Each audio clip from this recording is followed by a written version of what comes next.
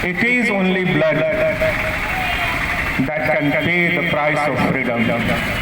नेताजी ने कहा था, तुम मुझे खून दो, मैं तुम्हें आजादी दूंगा। उस नेताजी को हम आज याद कर रहे हैं। और परिस्थितियां जब बहुत विपरीत होती हैं तब नेताजी जैसे लोग बहुत याद आते हैं। हम आज देखते हैं कि राजनीतिक विद्वेष, वैचारिक विद्वेष न रहकर आपसी विद्वेष में बदलता है, तब नेताजी जैसे लोग याद आते हैं।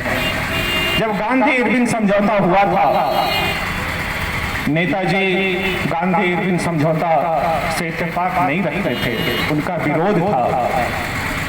नेताजी के लोगों ने कहा कि ये गांधी देशद्रोही हैं, गांधी इस देश को बेचना चाहते हैं।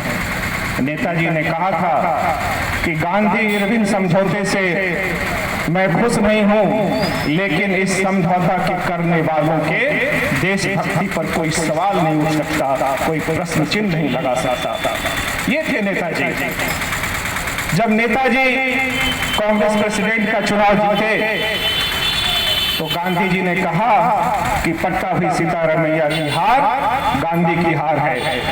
नेताजी ने उस पद से इस्तीफा दे दिया।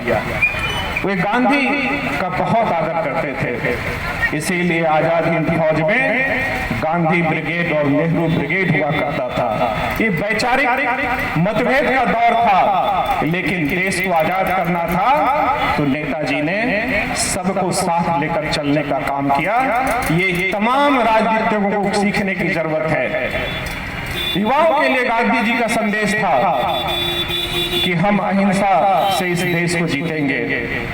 नेताजी ने कहा था कि ये गांधी जी की सोच है, इसमें निश्चय ही व्यापकता होगी, लेकिन मेरी यह सोच है कि इस लाठी गोली की सरकार को हम हिंसा के माध्यम से भगाएंगे। तो वैचारिक मतभेद रखते हुए भी नेताजी ने सामंजस्य का रास्ता अख्तियार किया था, लेकिन किसी को ऊंचा दिखाने के लिए किसी को नीचा दिखाने की जरूरत नहीं थी, ऐसा नेताजी का मानना था। हम नेताजी को क्यों याद करें? मैं खासकर युवाओं से कहना चाहता हूं कि नेताजी को याद करने के लिए नेताजी ने कहा था कि युवाओं को राजनीति में प्रवेश करना होगा। राजनीति के प्रवेश करने का मतलब सिर्फ यह नहीं है कि हम संगठन बना लें और एमएलए एमपी का चुनाव लड़े या चुनावी राजनीति में भाग लें। राजनीति से मतलब है सामाजिक सरोकार का। यह नेताजी का संदेश था। खासकर जब आज युवा अपने पद से भटक गया है। भटकने के कई सारे कारण हैं। विश्व आर्थिक मंदी के दौर से गुजर रहा है, युवाओं के पास नौकरी नहीं है।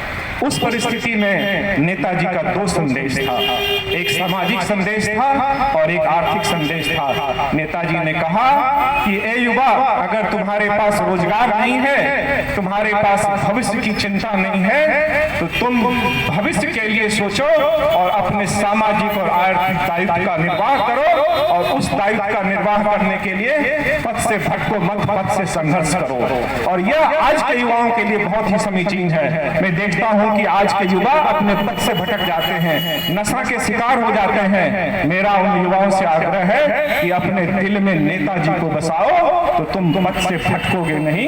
नेताजी ने संघर्ष का रास्ता अख्तियार किया था। संघर्ष के लिए पतली गली को नहीं चुना था, सामने के संघर्ष का रास्ता अख्तियार किया था। नेताजी ने एक बात और कही थी कि तुम्हारे संघर्ष में कई ऐसे मोड़ आएंगे जब तुम्हारे संस्कार तुमको डिगाने लगेंगे। उस समय अपने संस्कार को, अपने पूर्वजों को याद रखना और डिगना नहीं, क्योंकि जब संघर्ष का समय होता है, आदमी का दिल व्यथित होता है और मन व्यथित होता है, तो डिगने की संभावना बहुत बनती है। उस समय युवाओं को नेता को याद कर लेना चाहिए कि नेताजी का यह संदेश हमारे लिए था। समग्र रूप से मैं कहना चाहूंगा कि नेताजी के साथ इतिहास का हर एक स्कूल, इतिहास की व्याख्या से जुड़ा हर एक पाठ्यक्रम ने बहुत ही न्याय किया है। अन्याय तो सिर्फ हम लोगों ने किया है कि सिर्फ हम उन्हें जयंती पर याद रखते हैं। काश नेताजी को हमेशा हम अपने दिल में बसा कर घूमते तो समाज और देश की हालात बहुत ही अच्छी होती। इन्हीं भावनाओं के साथ हम उद्गार व्यक्त करते हुए कहना चाहेंगे कि जो सर ने कहा है कि रिफ्यूजी कॉलोनी का नाम सुनने में भी अच्छा नहीं लगता, ये आजादी से पूर्व के भारत की याद दिलाता है रिफ्यूजी कॉलोनी। हम नेताजी का नाम अपने बोर्ड पर लगाएं, अपने दिल में रखें और सहरसा के समग्र विकास के लिए कामना के साथ जय भारत, जय हिंद।